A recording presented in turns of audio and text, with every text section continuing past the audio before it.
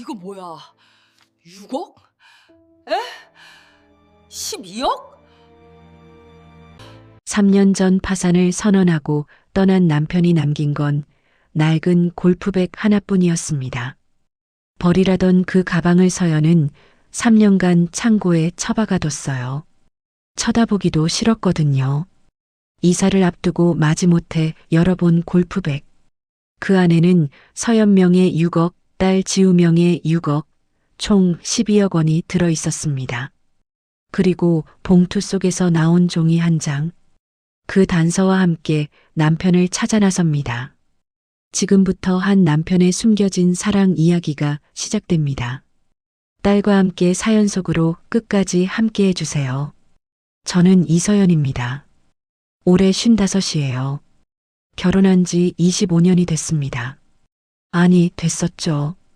3년 전에 이혼했으니까요. 남편 최준호와 함께한 세월이 그렇게 끝났습니다. 허무했어요. 25년이라는 시간이 종이 한 장으로 사라지더군요. 이혼 신고서였습니다.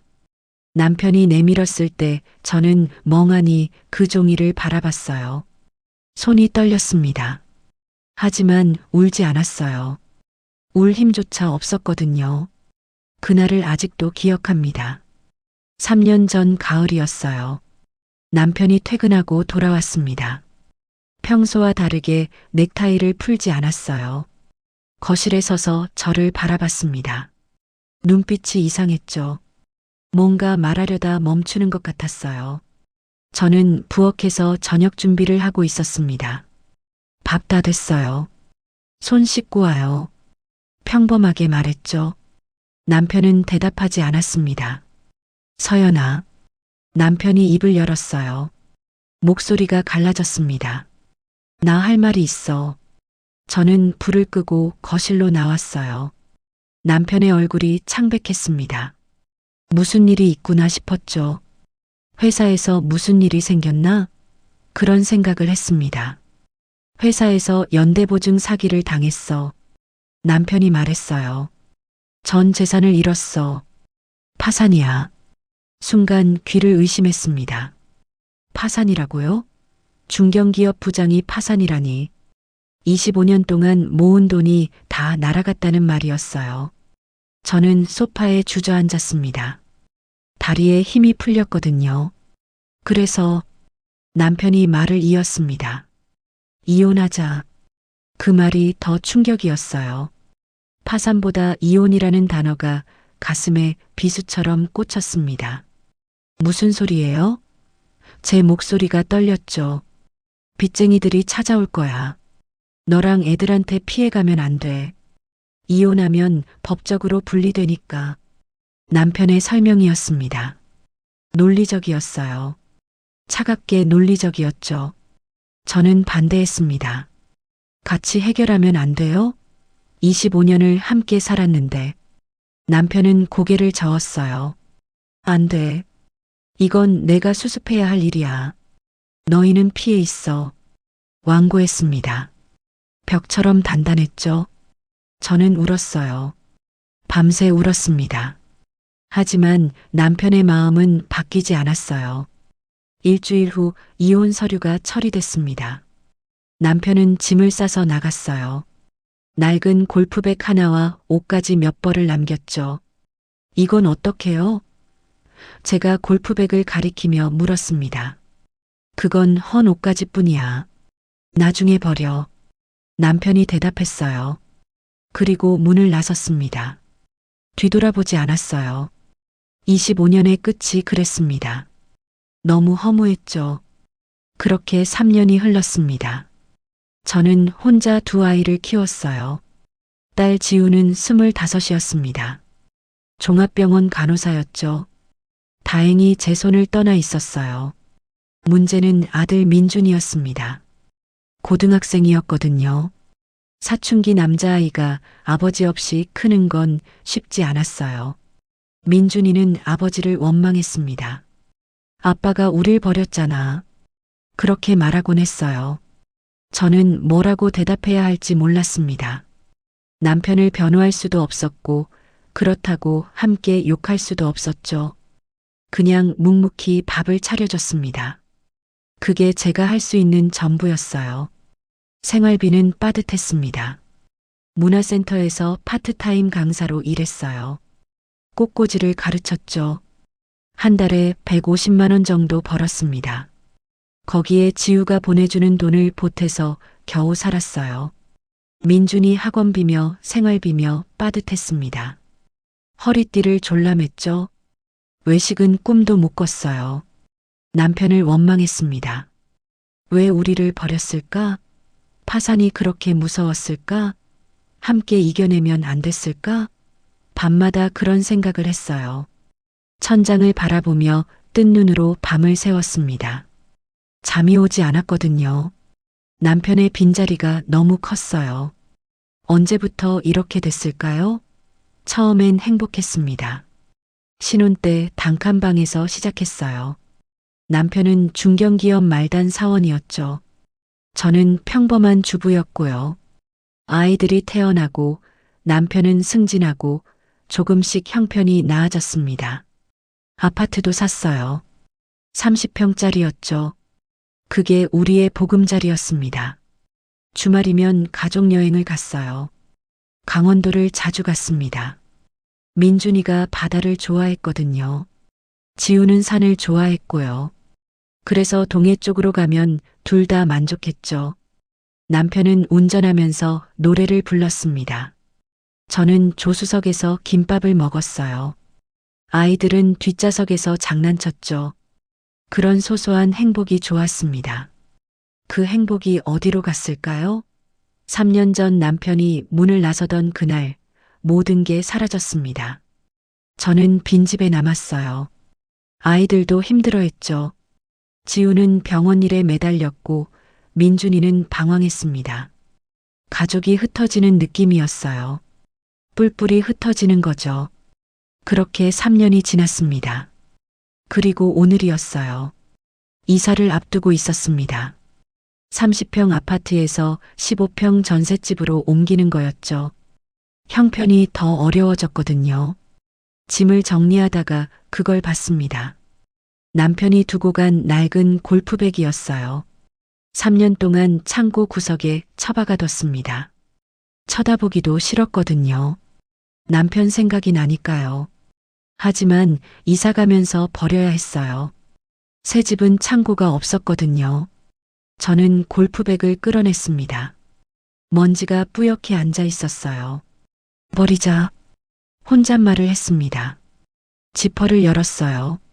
남편 말대로 헌 옷가지뿐인지 확인하려고요. 그런데 이상했습니다. 옷 사이에 뭔가 만져졌어요. 딱딱한 거였죠. 손을 넣어 꺼냈습니다. 봉투였어요. 두꺼운 서류 봉투. 가슴이 두근거렸습니다. 뭘까? 봉투를 열었어요. 안에서 통장이 나왔습니다. 2개였죠. 하나는 제 이름이 적혀 있었어요. 다른 하나는 지우 이름이었습니다. 통장을 펼쳤습니다. 숫자가 눈에 들어왔어요. 6억. 제 통장에 6억 원이 찍혀 있었습니다. 손이 떨렸어요. 지우 통장도 봤습니다. 역시 6억이었죠. 합쳐서 12억 원. 머리가 하얘졌습니다. 이게 뭐야? 중얼거렸어요. 파산했다고 했잖아. 돈이 없다고 했잖아. 그런데 12억이 여기 있었습니다. 3년 동안 창고에 처박혀 있었어요. 저는 이해할 수 없었습니다. 봉투 안에 다른 것도 있었어요. 종이 한 장이었습니다. 펼쳐봤어요. 진단서였습니다. 루게릭병, 근위축성 측삭경화증. 그 글자가 눈에 박혔습니다. 환자명 최준호. 남편 이름이었어요. 손에서 힘이 빠졌습니다. 종이가 바닥에 떨어졌어요. 루게릭병, 불치병이었습니다. 점점 몸이 마비되는 병이죠. 결국 숨도 못 쉬게 되는 병. 남편이 그 병에 걸렸다고요? 파산이 아니라 병이었어요. 거짓말이었던 겁니다. 3년 동안 저를 속였어요. 봉투 바닥에 USB 메모리도 있었습니다. 작은 거였죠. 뭐가 들어있을까? 저는 USB를 움켜쥐었습니다. 손이 떨려서 제대로 잡히지 않았어요. 거실 바닥에 주저앉았습니다. 통장과 진단서가 흩어져 있었어요. 12억 원, 루게릭병, 파산 위장, 이혼, 모든 게 연결됐습니다. 남편은 병 때문에 떠난 거였어요. 가족에게 짐이 되기 싫어서 돈만 남기고 사라진 거였습니다. 왜? 목소리가 갈라졌어요. 왜 혼자 감당했어요? 눈물이 터졌습니다. 3년 동안 참았던 눈물이었어요. 원망하고 미워했던 3년. 그게 다 오해였습니다. 남편은 우릴 버린 게 아니었어요. 지키려고 했던 거였습니다. 그 방식이 너무 잔인했을 뿐이죠. 한참을 울었습니다. 소리내어 울었어요. 집이 텅 비어 있어서 아무도 듣는 사람이 없었습니다. 그게 다행이었죠. 이런 꼴을 누가 보면 안 됐으니까요. 눈물을 훔치고 전화기를 들었습니다. 지우한테 전화해야 했어요. 딸에게 이 사실을 알려야 했습니다. 버튼을 누르는 손이 떨렸어요. 엄마, 무슨 일이야? 지우가 받았습니다. 목소리가 밝았어요. 병원에서 막 퇴근한 모양이었죠. 지우야. 제 목소리가 갈라졌습니다. 집으로 와. 지금 당장. 엄마, 왜 그래? 무슨 일이야? 아빠 때문이야. 빨리 와. 전화를 끊었습니다. 바닥에 앉아 통장을 다시 봤어요. 6억. 남편이 평생 모은 돈이었겠죠. 그걸 우리한테 남기고 떠났습니다. 병든 몸으로. 혼자서. 민준이 얼굴이 떠올랐습니다. 아빠가 우릴 버렸잖아. 그렇게 말하던 아들. 아버지를 원망하던 아들. 이 사실을 어떻게 설명해야 할까요? 아빠는 버린 게 아니라 지키려고 했다고. 그 말을 믿을까요? 저는 USB를 꼭 쥐었습니다. 여기에 뭐가 들어있을까? 남편의 마음이 담겨 있을까? 3년 동안 묻어뒀던 진실이 이제야 모습을 드러내고 있었습니다. 지우가 도착했습니다. 병원에서 바로 달려온 모양이었어요. 아직 간호사 유니폼을 입고 있었죠. 현관문을 열고 들어오는 딸의 얼굴이 창백했습니다. 제 목소리가 그만큼 다급했나 봐요. 엄마, 무슨 일이야? 지우가 거실로 들어오며 물었습니다. 그리고 바닥에 흩어진 서류들을 봤어요. 통장, 진단서, USB. 지우의 눈이 커졌습니다. 이게 뭐야? 딸이 바닥에 쪼그려 앉았어요. 통장을 집어들었습니다. 자기 이름이 적힌 통장이었죠. 6억? 지우가 숫자를 보고 중얼거렸어요. 이게 무슨 돈이야? 저는 대답 대신 진단서를 건넸습니다. 딸이 종이를 받아들었어요. 루게릭병. 그 글자를 읽는 지우의 손이 떨렸습니다. 아빠가 루게릭병이라고? 목소리가 갈라졌어요.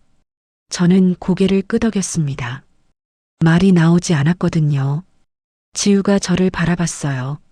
눈에 눈물이 고여 있었습니다. 파산이 아니었던 거야? 딸의 물음에 저는 다시 고개를 끄덕였죠. 우리 모녀는 한동안 말없이 서류들을 바라봤습니다. 거실에 침묵이 내려앉았어요. USB. 지우가 먼저 입을 열었습니다. 이거 확인해 봐야 해. 딸이 USB를 집어들었어요. 맞았습니다. 거기에 뭔가 있을 거였어요. 남편이 남긴 메시지 같은 것. 저는 노트북을 가져왔습니다. 오래된 거였지만 아직 작동했어요. USB를 꽂았습니다. 폴더 하나가 떴어요. 서연에게라고 적혀 있었습니다. 심장이 쿵 내려앉았어요. 남편이 저한테 남긴 거였습니다. 폴더를 열었죠. 안에 파일들이 있었어요. 날짜 순으로 정리되어 있었습니다. 가장 오래된 건 4년 전이었어요. 일기야. 지우가 말했습니다. 아빠가 일기를 쓴 거야. 맞았어요. 파일 이름이 날짜로 되어 있었거든요. 2021년 3월 15일. 첫 번째 파일을 열었습니다. 2021년 3월 15일. 오늘 병원에 갔다. 요즘 손이 자꾸 떨려서. 젓가락질이 힘들어졌다. 나이 탓인가 했는데 아닌 것 같았다. 검사를 받았다. 결과는 다음 주에 나온다고 한다. 서연이한테는 말하지 않았다. 괜히 걱정시키기 싫어서. 저는 화면을 바라봤습니다. 남편의 글이었어요. 4년 전 글. 그때부터 증상이 있었던 거였습니다. 저는 몰랐어요. 남편이 젓가락질하는 걸 유심히 본 적이 없었거든요. 죄책감이 밀려왔습니다. 다음 파일을 열었습니다. 2021년 3월 22일. 루게릭병이라고 한다. 근위축성, 축삭경화증. 치료법이 없다고 했다. 평균 생존기간 35년. 점점 근육이 마비되고 결국 호흡근까지 마비된다고. 의사 앞에서는 담담했는데 차에 타니까 눈물이 났다. 서연이한테 어떻게 말하지? 눈물이 흘렀습니다. 남편이 혼자 그 진단을 받았어요. 차 안에서 혼자 울었다고. 저는 그때 뭘 하고 있었을까요? 기억나지 않았습니다. 평범하게 집안일을 하고 있었겠죠. 남편이 그런 고통 속에 있는 줄도 모르고. 지우가 제 손을 잡았습니다. 딸의 손도 떨리고 있었어요. 우리는 말없이 다음 파일들을 열었습니다. 남편의 일기는 계속됐어요. 병의 진행 과정이 담겨 있었습니다. 2021년 5월 3일. 손 떨림이 심해졌다. 회사에서 눈치챌까봐 걱정이다. 보고서 서명할 때 애를 먹는다. 왼손으로 연습하고 있다. 서연이는 아직 모른다. 숨기는 게 점점 힘들어진다. 2021년 7월 18일. 다리에도 증상이 왔다. 계단 오르기가 힘들다. 엘리베이터만 탄다. 서연이가 왜 계단 안 다니냐고 물었다. 무릎이 안 좋다고 둘러댔다. 거짓말이 늘어간다. 2021년 10월 2일. 회사에 사직서를 냈다. 더 이상 숨길 수 없었다. 손이 말을 안 듣는다. 김 부장님한테만 사정을 말했다. 다른 사람들한테는 개인 사정이라고만 했다. 서연이한테는 조기 퇴직했다고 말해야겠다. 저는 그때를 떠올렸습니다. 남편이 갑자기 퇴직했을 때요. 조기 퇴직 권유를 받았다고 했어요. 회사 사정이 안 좋아서 구조조정 중이라고. 저는 그 말을 믿었습니다. 의심하지 않았어요. 남편이 거짓말을 할 거라고는 생각도 못 했거든요. 아빠가 다 숨겼구나. 지우가 중얼거렸습니다. 목소리가 떨렸어요. 우리한테 아무 말도 안 하고. 딸의 눈에서 눈물이 흘렀습니다. 저도 울고 있었어요. 화면이 흐릿하게 보였죠. 다음 파일들을 계속 열었습니다. 남편의 고통이 고스란히 담겨 있었어요. 2021년 12월 25일. 크리스마스다. 가족이 다 모였다. 민준이가 케이크를 샀다. 지우가 와인을 가져왔다. 서연이는 저녁을 차렸다. 행복한 시간이었다. 하지만 나는 알고 있다. 이런 시간이 얼마 남지 않았다는 걸. 내년 크리스마스에 나는 어떤 상태일까? 2022년 2월 14일. 결정을 내렸다. 가족한테 짐이 되기 싫다. 폐인처럼 변해가는 모습을 보여주기 싫다. 떠나야겠다. 돈만 남기고 파산을 위장해야겠다. 그래야 서연이가 나를 미련 없이 보낼 수 있다. 그 문장을 읽는 순간 숨이 막혔습니다. 가족한테 짐이 되기 싫다. 남편은 그래서 떠난 거였어요. 우리를 사랑해서. 그 사랑이 너무 잔인했습니다. 차라리 함께 했으면, 함께 고통받았으면. 그게 가족 아닌가요? 엄마, 지우가 말했습니다. 마지막 파일 봐. 딸이 가장 최근 날짜의 파일을 가리켰어요. 이혼하기 이틀 전 날짜였습니다. 2022년 9월 28일. 내일 서연이한테 이혼을 말한다. 파산했다고, 빚쟁이 때문에 떠나야 한다고. 거짓말이다. 진짜 이유는 말할 수 없다. 서연이는 절대 날 보내주지 않을 테니까. 병든 나를 끝까지 간호하겠다고 할 거다. 그게 서연이니까. 돈은 골프백에 넣어뒀다. 통장이랑 진단서랑 이 USB도. 언젠가 발견하겠지. 그때쯤이면 나는 이미 저 멀리 있을 거다. 아니면 죽었거나. 서연아, 미안해. 사랑해. 25년 동안 행복했어. 고마웠어. 오늘 김 부장님을 만났다. 마지막 인사를 했다. 강원도의 20곳을 찾아뒀다. 거기서 조용히 지내다가 떠나려고 한다. 김 부장님한테 만약 서연이가 연락하면 내 소식을 전해달라고 부탁했다. 언젠가 서연이가 진실을 알게 되면 날 찾으러 올지도 모르니까. 일기가 거기서 끝났습니다. 마지막 문장이었어요. 저는 화면을 바라봤습니다. 글자들이 흐릿하게 보였어요. 눈물 때문이었죠. 남편은 처음부터 김 부장님한테 단서를 남겨뒀습니다. 저를 위해서 언젠가 제가 진실을 알게 됐을 때를 대비해서 김 부장님, 제가 말했습니다. 김 부장님한테 연락해야 해. 지우가 고개를 끄덕였어요. 저는 휴대폰을 들었습니다. 남편 회사 시절 연락처가 아직 있었어요. 김 부장님 번호를 찾았습니다. 손이 떨렸지만 버튼을 눌렀어요. 신호음이 울렸습니다.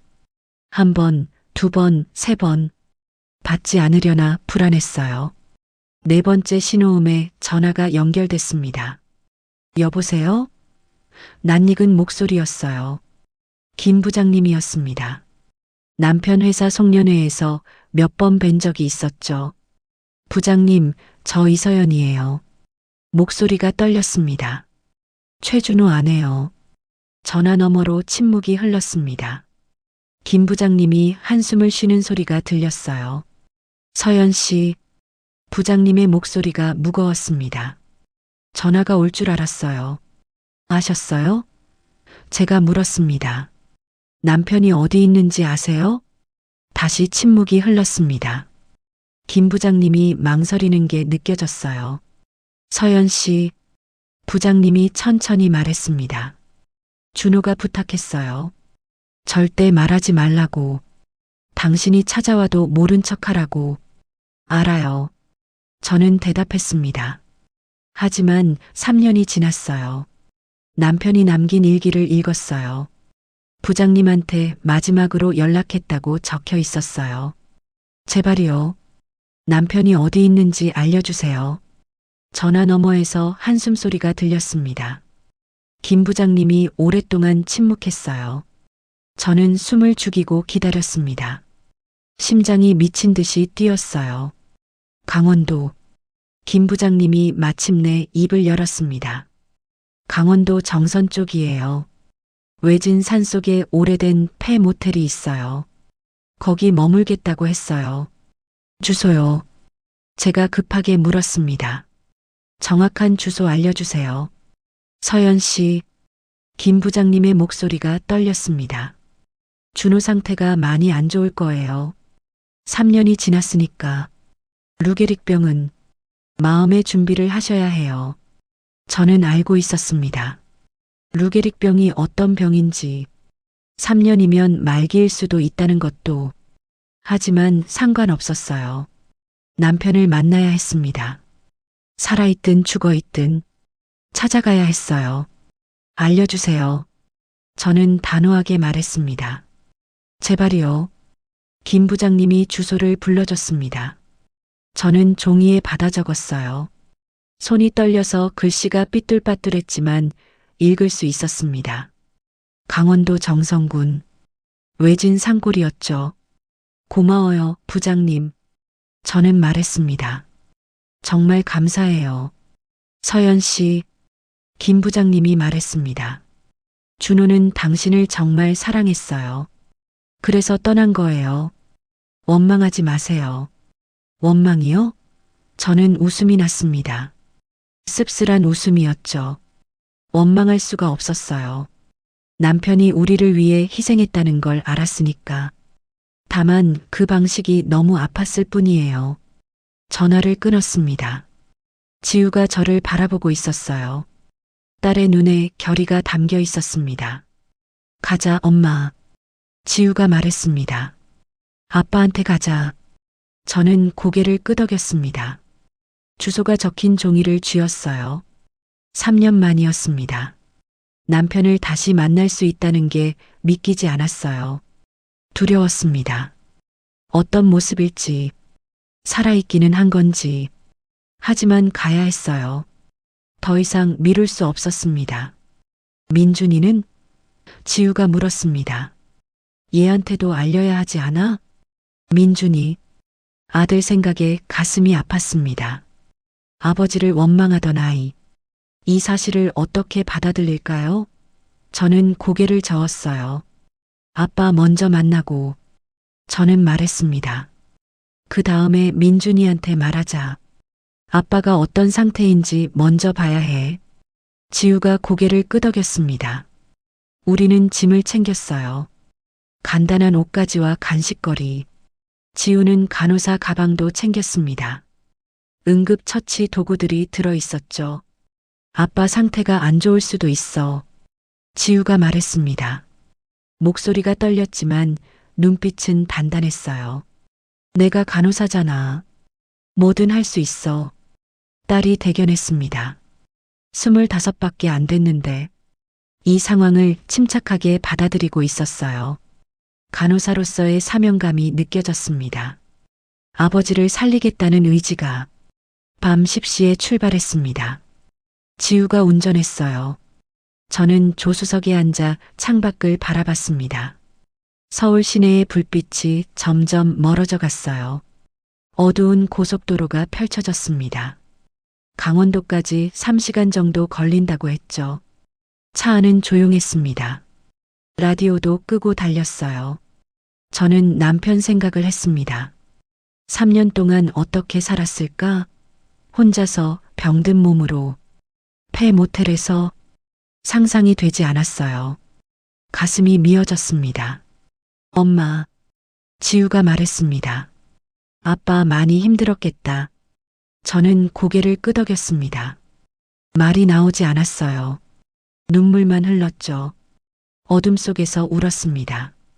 딸이 제 손을 잡아줬어요. 따뜻했습니다. 언제부터 남편이 아픈 걸 눈치챘어야 했을까요? 저는 생각했습니다. 손이 떨렸다고 했죠. 젓가락질이 힘들어졌다고. 계단을 안 다녔다고. 그 모든 신호를 저는 놓쳤습니다. 남편 곁에 있으면서도 남편을 보지 못했어요. 25년을 함께 살았습니다. 하지만 남편의 고통은 몰랐어요. 그게 너무 미안했습니다. 함께 아파하지 못해서, 함께 울지 못해서, 남편 혼자 모든 걸 감당하게 해서. 차는 어둠 속을 달렸습니다. 강원도가 점점 가까워지고 있었어요. 남편에게로. 3년 만의 재회를 향해. 새벽 1시에 정선에 도착했습니다. 내비게이션이 안내를 끝냈어요. 하지만 앞에 보이는 건 어둠뿐이었습니다. 가로등도 없는 산길이었죠. 지우가 차를 세웠어요. 여기가 맞아? 딸이 물었습니다. 저도 확신이 없었어요. 주소는 맞았지만 건물이 보이지 않았거든요. 헤드라이트를 켜고 주변을 살폈습니다. 나무들 사이로 희미한 불빛이 보였어요. 저기였습니다. 차에서 내렸습니다. 공기가 차가웠어요. 9월이었지만 산속은 벌써 가을이었죠. 숲 냄새가 났습니다. 발밑에서 낙엽이 바스락거렸어요. 저는 불빛을 향해 걸었습니다. 지우가 뒤따라왔어요. 건물이 나타났습니다. 낡은 2층짜리 건물이었어요. 예전에는 모텔이었던 모양이었죠. 간판이 떨어져 나가고 페인트가 벗겨져 있었습니다. 창문 대부분이 깨져 있었어요. 폐건물이 맞았습니다. 하지만 1층 구석방에서 불빛이 새어나오고 있었어요. 희미한 불빛이었습니다. 저는 심장이 뛰는 걸 느꼈습니다. 저기에 남편이 있었어요. 3년 만에 만나는 남편이. 엄마, 지우가 제 손을 잡았습니다. 같이 가자. 저는 고개를 끄덕였어요. 우리는 건물로 다가갔습니다. 발걸음이 떨렸어요. 문 앞에 섰습니다. 녹슨 철문이었죠. 손잡이를 잡았습니다. 차가웠어요. 문을 두드렸습니다. 대답이 없었어요. 다시 두드렸습니다. 여전히 조용했죠. 저는 조심스럽게 문을 밀었어요. 삐걱거리며 문이 열렸습니다. 안은 어두웠습니다. 희미한 스탠드 불빛만 있었어요. 곰팡이 냄새가 났습니다. 낡은 가구들이 보였죠. 침대 하나, 책상 하나, 휠체어 하나. 그리고 침대 위에 누군가가 있었습니다. 저는 숨이 멎는 것 같았습니다. 남편이었어요. 최준호. 제 남편이 거기 누워 있었습니다. 하지만 3년 전과는 너무 달랐어요. 야위고 쇠약해져 있었습니다. 뼈만 남은 것 같았죠. 얼굴이 반쪽이 된 것처럼 보였어요. 여보. 목소리가 나오지 않았습니다. 목이 메어서 저는 침대 쪽으로 다가갔어요. 한 걸음, 두 걸음. 다리가 떨렸습니다. 남편이 눈을 떴습니다. 천천히, 힘겹게 그 눈이 저를 봤어요. 순간 남편의 눈이 커졌습니다. 입술이 달싹였어요. 하지만 소리가 나오지 않았습니다. 말을 할 수 없는 상태였던 거예요. 아빠, 지우가 달려갔습니다. 침대 옆에 무릎을 꿇었어요. 딸이 아버지의 손을 잡았습니다. 손이 너무 말라 있었죠. 뼈만 만져졌을 거예요. 지우의 눈에서 눈물이 흘렀습니다. 남편의 눈빛이 흔들렸습니다. 서연을 보고 지우를 보고 입술이 다시 달싹였어요. 저는 그 입술을 읽으려 했습니다. 돌아가. 남편이 그렇게 말하는 것 같았어요. 나를 잊어. 안 돼. 저는 고개를 저었습니다. 절대 안 돼요. 침대 옆으로 다가갔습니다. 남편의 얼굴을 바라봤어요. 3년 전에는 건강했습니다. 출장 다니느라 바빴지만 늘 씩씩했죠. 주말이면 골프를 치러 갔어요. 아이들이랑 등산도 했고요. 그 사람이 이렇게 변했습니다. 인생이 이렇게 잔인한가요? 왜 이렇게까지 했어요? 저는 남편의 손을 잡았습니다. 차가웠어요. 뼈만 앙상하게 남은 손이었죠. 우리한테 왜 아무 말도 안 했어요? 함께 이겨냈으면 됐잖아요. 남편의 눈에서 눈물이 흘렀습니다. 말은 못해도 눈물은 흘릴 수 있었어요. 그 눈물이 베개를 적셨습니다. 저도 울었어요. 참을 수가 없었거든요. 3년 동안 쌓인 모든 감정이 터져나왔습니다. 당신이 남긴 10이요. 저는 말했습니다. 그게 우리한테 무슨 의미가 있어요? 돈이 중요한 게 아니잖아요. 당신이 없는 3년이 얼마나 힘들었는지 알아요? 남편은 대답하지 못했습니다.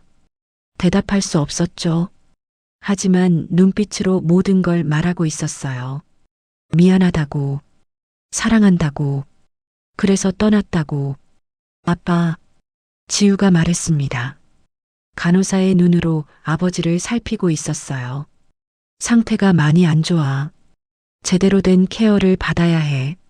딸이 가방에서 청진기를 꺼냈습니다. 아버지의 가슴에 대고 소리를 들었어요. 표정이 어두워졌습니다. 하지만 금방 다시 단단해졌죠. 엄마, 지우가 저를 바라봤습니다. 아빠를 서울로 모셔가자. 여기서는 안 돼. 저는 고개를 끄덕였습니다. 당연히 그래야 했어요.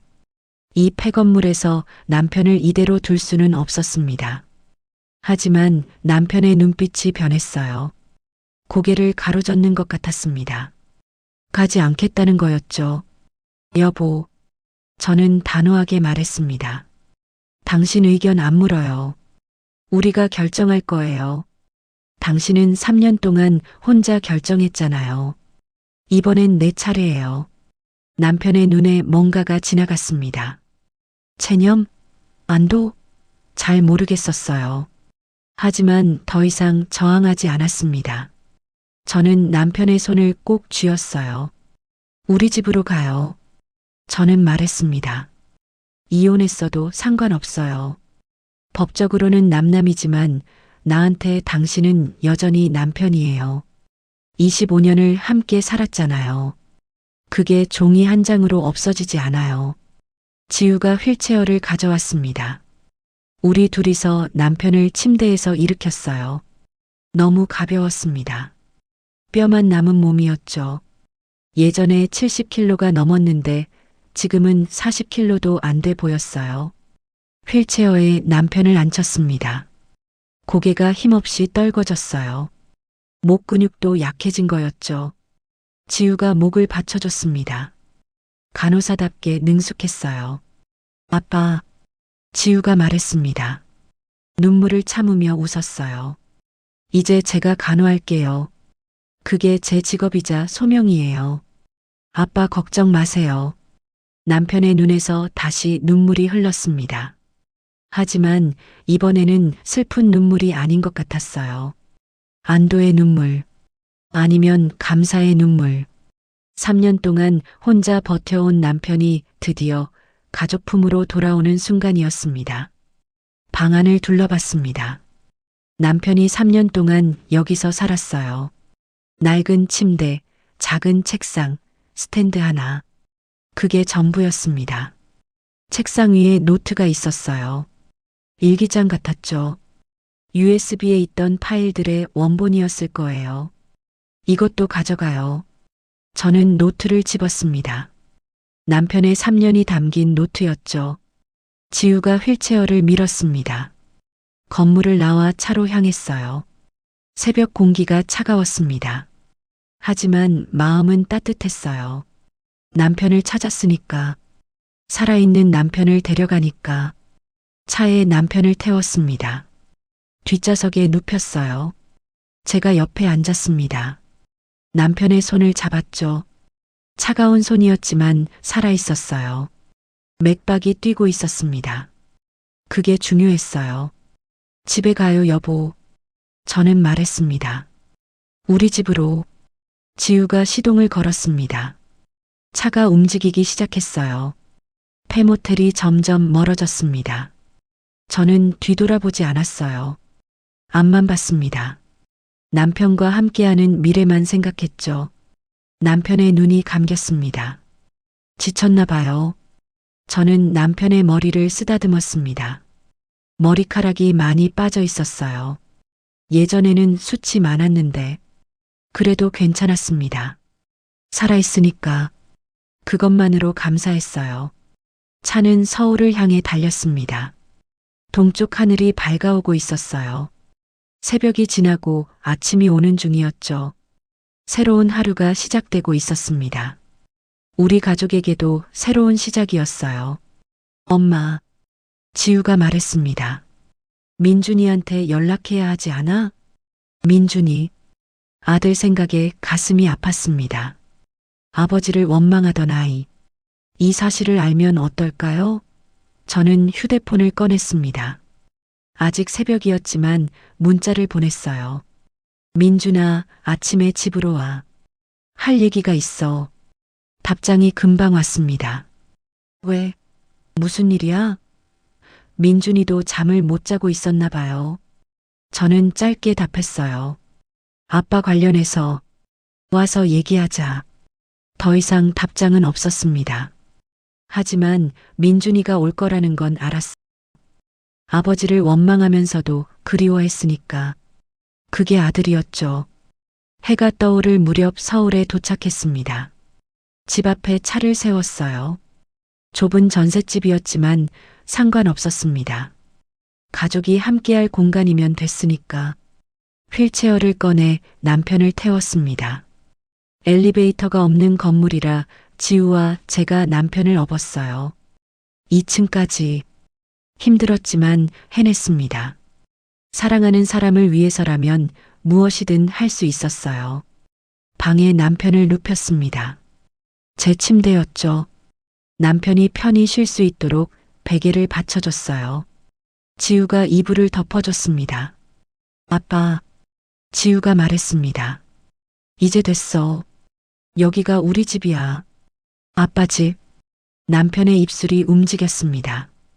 소리는 나오지 않았지만 뭐라고 말하려는 것 같았어요. 저는 남편의 입술을 바라봤습니다. 고마워. 그렇게 읽혔어요. 남편이 고맙다고 말하는 것 같았습니다. 저는 고개를 저었어요. 고마운 건 나예요. 저는 말했습니다. 3년 동안 기다려줘서, 살아있어줘서 정말 고마워요. 눈물이 흘렀습니다. 하지만 슬픈 눈물이 아니었어요. 기쁜 눈물이었죠. 남편이 돌아왔으니까, 가족이 다시 함께하게 됐으니까, 그게 중요한 거였습니다. 민준이가 도착한 건 오전 10시쯤이었습니다. 초인종 소리에 제가 문을 열었어요. 아들이 서 있었습니다. 얼굴에 긴장이 가득했죠. 엄마, 무슨 일이야? 민준이가 물었습니다. 아빠 관련이라고 했잖아. 저는 대답 대신 안으로 들어오라고 손짓했어요. 아들이 현관을 넘어 거실로 들어왔습니다. 그리고 방문을 봤죠. 반쯤 열린 문 사이로 침대가 보였어요. 민준이의 얼굴이 굳었습니다. 침대에 누운 사람을 본 거였죠. 아들이 천천히 방으로 다가갔어요. 문을 열고 안을 들여다봤습니다. 그리고 멈췄죠. 아빠? 민준이의 목소리가 떨렸습니다. 침대에 누운 남편을 보고 있었어요. 3년 만에 보는 아버지. 뼈만 앙상하게 남은 아버지의 모습에 아들의 얼굴이 창백해졌습니다. 민준아. 저는 아들의 어깨에 손을 얹었습니다.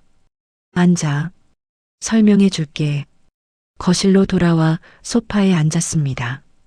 민준이도 앉았어요. 지우도 함께했죠. 저는 처음부터 설명했습니다. 골프백에서 발견한 통장과 진단서, USB 속 일기, 김 부장님의 증언, 강원도 폐모텔에서 아버지를 찾은 것까지. 민준이는 말없이 들었습니다. 얼굴에 복잡한 감정이 스쳐갔어요. 충격, 분노, 슬픔, 그리고 죄책감. 아들이 3년 동안 아버지를 원망했으니까요. 버렸다고 욕했으니까요. 아빠가. 민준이가 입을 열었습니다. 목소리가 갈라졌어요. 아빠가 우리 때문에 그런 거야? 저는 고개를 끄덕였습니다. 아빠는 우리한테 짐이 되기 싫었대. 병든 모습을 보여주기 싫었고, 그래서 거짓말을 하고 떠난 거야. 민준이의 눈에 눈물이 고였습니다. 아들이 울음을 참고 있었어요. 입술을 꽉 깨물고. 저는 아들을 안아줬습니다. 오랜만이었어요. 사춘기 들어서 안아본 적이 없었거든요. 엄마. 민준이가 제 어깨에 얼굴을 묻었습니다. 나 아빠한테 너무 못됐어. 버렸다고, 무책임하다고 그랬어. 아빠가 그런 줄도 모르고. 괜찮아. 저는 아들의 등을 쓰다듬었습니다. 아빠도 다 알아. 내가 왜 그랬는지. 원망할 만했어. 아무 설명 없이 떠났으니까. 민준이가 울었습니다. 한참을 울었어요. 지우도 눈물을 흘렸죠. 저도 울었습니다. 가족 모두가 거실에서 울었어요. 3년 동안 쌓인 감정들이 터져나왔습니다. 한참 후에야 우리는 진정했습니다. 민준이가 눈물을 닦으며 물었어요. 아빠 상태가 어때? 많이 안 좋아? 지우가 대답했습니다. 루게릭병 말기야. 대부분의 근육이 마비됐어. 말도 못하고 움직이지도 못해. 호흡근도 약해지고 있어. 딸의 목소리가 담담했어요. 간호사로서 냉정하게 상태를 설명하는 거였죠. 얼마나? 민준이가 물었습니다. 차마 끝까지 말하지 못했어요. 모르겠어. 지우가 대답했습니다. 며칠일 수도 있고 몇 주일 수도 있어. 확실한 건 많이 남지 않았다는 거야. 민준이의 얼굴이 일그러졌습니다. 아들이 벌떡 일어났어요. 방으로 달려갔습니다. 저와 지우가 뒤따랐죠. 민준이가 침대 옆에 무릎을 꿇었습니다. 아버지의 손을 잡았어요. 아빠, 아들이 말했습니다. 목소리가 떨렸죠. 나야, 민준이. 미안해. 정말 미안해. 남편의 눈이 떠졌습니다. 아들을 봤어요. 3년 만에 보는 아들. 남편의 눈에 눈물이 고였습니다. 입술이 달싹였어요. 하지만 소리는 나오지 않았죠. 아빠가 왜 떠났는지 이제 알아. 민준이가 말했습니다. 아빠 원망해서 미안해. 아빠가 얼마나 힘들었는지 몰랐어. 근데 이제는 알아. 아빠가 우릴 얼마나 사랑하는지. 남편의 손이 미세하게 움직였습니다. 아들의 손을 쥐려는 것 같았어요. 하지만 힘이 없었죠. 민준이가 아버지의 손을 꼭 쥐어줬습니다. 앞으로 잘할게. 민준이가 말했습니다. 공부도 열심히 하고 엄마 말도 잘 듣고 아빠가 걱정 안 해도 되게 할게. 남편의 눈에서 눈물이 흘렀습니다. 아들의 말을 듣고 있었어요. 이해하고 있었죠. 말은 못해도 마음은 통하는 것 같았습니다. 그날부터 간병 생활이 시작됐습니다. 지우가 중심이 됐어요. 간호사니까 뭘 해야 하는지 잘 알았죠. 정기적인 체위 변경, 욕창 예방, 호흡 관리. 모든 걸 딸이 맡았습니다. 저는 남편 곁을 지켰습니다. 하루 종일 옆에 앉아 있었어요.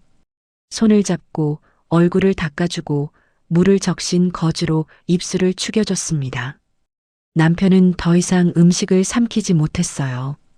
지우가 영양주사를 놔줬죠. 민준이도 학교 끝나면 바로 집에 왔습니다. 아버지 옆에 앉아 숙제를 했어요. 가끔 학교에서 있었던 일을 얘기해줬죠. 시험 봤다는 얘기, 친구랑 싸웠다는 얘기. 남편은 눈으로 들었습니다.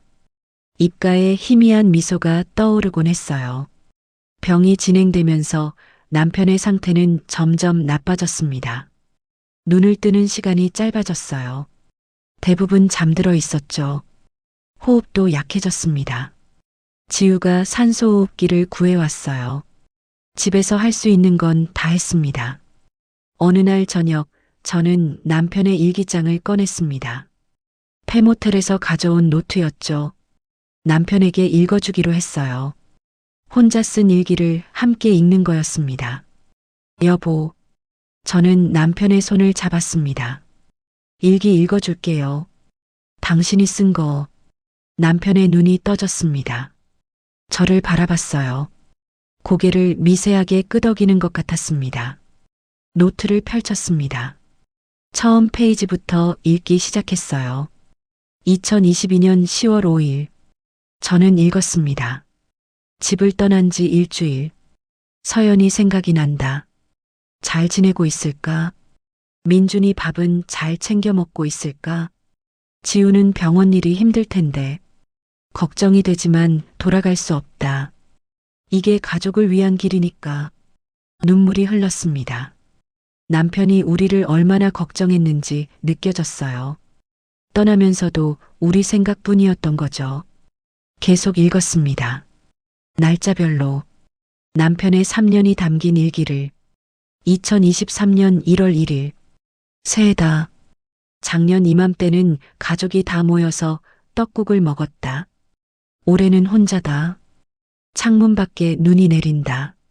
서연이가 눈을 좋아했는데 같이 눈사람 만들던 때가 그립다.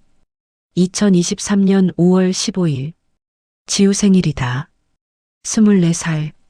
어느새 이렇게 컸다. 갓난아기 때 안아봤던 게 엊그제 같은데. 생일 축하한다, 지우야. 아빠가 곁에 없어서 미안해. 2023년 8월 20일. 민준이 고2 됐겠다. 공부 열심히 하고 있을까? 아빠 없이 힘들겠지만 잘 버텨줘. 나중에 훌륭한 사람 되렴. 아빠가 믿는다. 2024년 2월 14일. 결혼기념일. 26년 전 오늘 서연이랑 결혼했다. 가장 행복한 날이었다. 서연아, 사랑해. 그 마음은 변하지 않았어. 영원히. 일기를 읽을 때마다 남편의 눈에서 눈물이 흘렀습니다. 저도 울었어요. 지우와 민준이도 옆에서 들으며 울었죠. 가족 모두가 남편의 사랑을 확인하는 시간이었습니다. 2024년 6월 7일. 몸 상태가 많이 안 좋다. 이제 얼마 남지 않은 것 같다. 서연이가 골프백을 열었을까? 아직 못 열었을 수도 있다. 언젠가는 열겠지. 그때 이 모든 걸 알게 되겠지. 미안해, 서연아. 이런 식으로밖에 말 못해서. 마지막 일기는 우리가 찾아오기 며칠 전이었습니다. 2024년 9월 20일. 글쓰기가 힘들어졌다. 손에 힘이 없다. 이게 마지막 일기가 될지도 모르겠다. 서연아, 지우야, 민준아. 사랑한다. 정말 많이 사랑한다. 너희가 나의 전부였다. 행복하게 살아. 아빠는 항상 곁에서 지켜볼게. 하늘에서. 노트를 덮었습니다. 더 이상 읽을 수 없었어요. 눈물이 너무 많이 흘러서 남편이 저를 바라보고 있었습니다. 눈에 눈물이 가득했죠. 여보. 저는 남편의 손을 꼭 잡았습니다. 우리도 사랑해요. 당신을 많이 많이 사랑해요. 알죠? 남편의 입술이 움직였습니다. 소리는 나오지 않았지만 읽을 수 있었어요. 사랑해. 그 말이었습니다. 남편이 마지막으로 전하고 싶은 말. 저는 고개를 끄덕였어요. 나도요. 나도 사랑해요. 그날 밤 남편은 평온하게 잠들었습니다. 가족이 모두 곁에 있었어요. 저는 남편의 오른쪽에, 지우는 왼쪽에, 민준이는 발치에 앉아 있었죠. 손을 잡고 밤을 새웠습니다. 새벽녘이었습니다. 남편의 호흡이 점점 약해졌어요. 지우가 제 손을 잡았습니다. 엄마. 딸의 목소리가 떨렸어요. 아빠가. 저는 알았습니다. 시간이 됐다는 걸. 남편의 얼굴을 바라봤어요. 평온했습니다. 고통스러워 보이지 않았죠. 눈은 감겨 있었지만 입가에 희미한 미소가 떠올라 있었어요. 여보. 저는 남편의 귀에 속삭였습니다. 고마웠어요. 25년 동안 정말 행복했어요. 편히 가요. 우리는 잘 살게요. 당신이 남긴 사랑으로. 남편의 손이 미세하게 움직였습니다. 제 손을 쥐려는 것 같았어요. 마지막 힘을 다해서. 그리고 멈췄습니다. 조용히, 평화롭게 남편이 떠났습니다. 가족이 지켜보는 가운데 가장 사랑하는 사람들 곁에서 외롭지 않게 저는 남편의 손을 놓지 않았습니다. 한참을 그렇게 있었어요. 눈물이 흘렀지만 슬프지만은 않았습니다. 남편이 평화롭게 갔으니까, 사랑받으며 갔으니까, 그게 중요한 거였어요. 아빠, 민준이가 말했습니다. 울면서도 웃고 있었어요. 잘 가. 나 잘 살게. 약속해. 아빠, 지우도 말했습니다. 고마웠어. 사랑해. 우리 가족은 남편의 곁에서 아침을 맞았습니다. 창문 사이로 햇살이 들어왔어요. 따뜻한 빛이 남편의 얼굴을 비췄습니다. 마치 축복하는 것처럼 장례를 치렀습니다. 작은 장례식이었어요. 가족과 가까운 지인 몇 명만 참석했죠. 김 부장님도 오셨습니다. 남편의 마지막을 함께 해주셨어요. 준호가 행복하게 갔네요. 김 부장님이 말씀하셨습니다. 가족 곁에서. 그게 준호가 바라던 거였을 겁니다. 저는 고개를 끄덕였습니다. 남편은 가족에게 짐이 되기 싫어서 떠났어요. 하지만 결국 가족 품에서 눈을 감았죠. 그게 운명이었나 봅니다. 우리가 함께해야 할 운명. 장례가 끝나고 일상으로 돌아왔습니다. 하지만 예전과 같을 수는 없었어요. 남편이 남긴 건 12억 원만이 아니었습니다. 사랑과 희생의 기억이었죠. 그걸 어떻게 이어갈지 고민했습니다. 어느 날 지우가 말했어요. 엄마, 아빠가 남긴 돈으로 뭘 할 거야? 저는 생각해왔던 걸 말했습니다. 6억은 너한테 줄게. 내 미래를 위해 써. 지우가 고개를 저었어요. 난 괜찮아. 월급 받으니까. 그래도 받아. 저는 단호하게 말했습니다. 아빠가 내 이름으로 남긴 거야. 아빠 마음이야. 지우는 결국 받았습니다. 그 돈으로 작은 집을 마련했어요. 독립하겠다고 했죠. 저는 응원했습니다. 딸이 자기 삶을 살아가는 게 기뻤으니까. 나머지 6억으로 저는 결심했습니다. 꽃집을 열기로 했어요. 아니, 플라워 카페라고 해야겠죠. 예전에 문화센터에서 꽃꽂이를 가르쳤잖아요. 그 경험을 살리기로 했습니다. 가게를 구했습니다. 서울 외곽의 조용한 동네였어요. 작지만 햇살이 잘 드는 공간이었죠. 인테리어를 하면서 남편 생각이 많이 났어요. 남편이 좋아하던 색깔, 남편이 좋아하던 꽃. 그런 것들을 담았습니다. 가게 이름을 정했습니다. 최준호의 희망 플라워 카페. 남편의 이름을 넣었어요. 이 가게가 남편의 유산이니까. 남편의 사랑으로 시작하는 거니까. 간판을 달던 날 민준이가 왔습니다. 엄마, 아빠 이름이네. 아들이 간판을 바라보며 말했어요. 눈에 눈물이 고여 있었지만 웃고 있었죠. 응. 저는 대답했습니다. 아빠가 우리한테 준 선물이야. 이 가게로 아빠 사랑을 이어갈 거야. 민준이가 고개를 끄덕였습니다. 나도 도울게. 주말에 아르바이트 할게. 아들이 말했어요. 저는 아들을 안아줬습니다. 어느새 많이 컸더군요. 키가 저보다 더 컸어요. 카페가 문을 열었습니다. 처음에는 손님이 많지 않았어요. 하지만 입소문이 나기 시작했죠. 꽃도 예쁘고 커피도 맛있고 무엇보다 분위기가 따뜻하다고 사람들이 하나둘 찾아오기 시작했습니다. 특별한 손님도 있었어요. 루게릭병 환자 가족들이었죠. 카페 이름에 담긴 사연을 듣고 찾아왔습니다. 저는 그분들과 이야기를 나눴어요. 제가 겪었던 일을 말해줬죠. 남편을 잃은 슬픔 하지만 남편의 사랑을 확인한 기쁨. 그런 이야기들을 힘내세요. 저는 그분들에게 말했습니다. 사랑하는 사람이 곁에 있을 때 최선을 다하세요. 후회 없도록.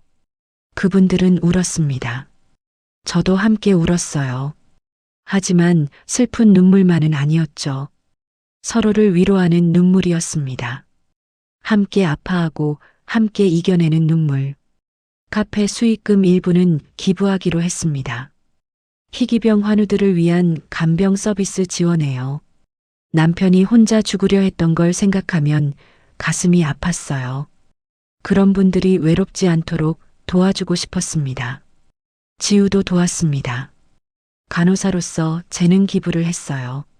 무료 상담도 해주고 간병 교육도 해줬죠. 딸이 대견했습니다. 아버지의 뜻을 이어가는 딸이.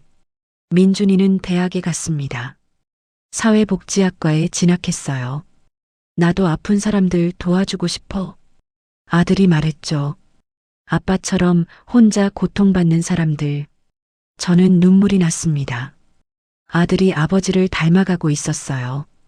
어느 날 저녁 카페 문을 닫고 혼자 앉아 있었습니다. 창밖으로 노을이 보였어요. 남편이 좋아하던 풍경이었죠. 석양이 질 때면 함께 산책하곤 했어요. 손잡고 걸으면서 별거 아닌 얘기들 나누고. 여보, 저는 혼잣말을 했습니다. 잘 지내고 있어요? 대답은 없었습니다. 하지만 괜찮았어요. 남편이 어딘가에서 지켜보고 있을 거라고 믿었으니까. 우리 가족을 응원하고 있을 거라고. 카페 벽에 남편 사진이 걸려 있었습니다. 결혼 10주년 때 찍은 사진이었죠. 환하게 웃고 있는 남편. 그 웃음이 저를 지탱해 줬습니다. 힘들 때마다 사진을 봤어요. 그러면 다시 힘이 났죠. 고마워요. 저는 사진을 바라보며 말했습니다. 당신 덕분에 새 인생을 시작했어요. 당신이 남긴 사랑으로 눈물이 흘렀습니다.